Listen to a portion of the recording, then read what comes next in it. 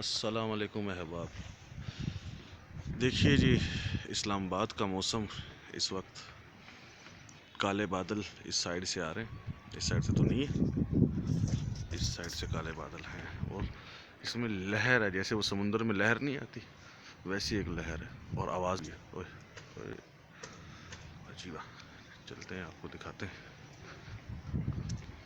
वो बन जाएगा, लगता था कि 3-4 दिन थे, शुगल रहना है बारिश का। और तो कोई नहीं होता, लेकिन ट्रैफिक का रश हो जाता है बारिश में।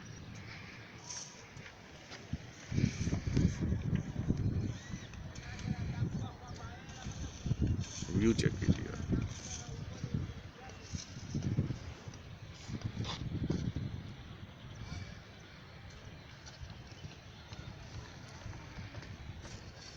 अच्छा जी, एक साइड से आ रहा है फिलहाल तो, इस साइड से सफेद है।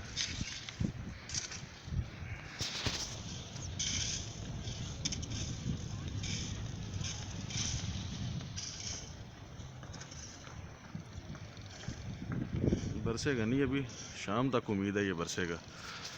खैर, चैनल को लाइक कीजिएगा, सब्सक्राइब कीजिएगा, आपको अपडेट्स साथ साथ इंशाल्लाह देते रहेंगे।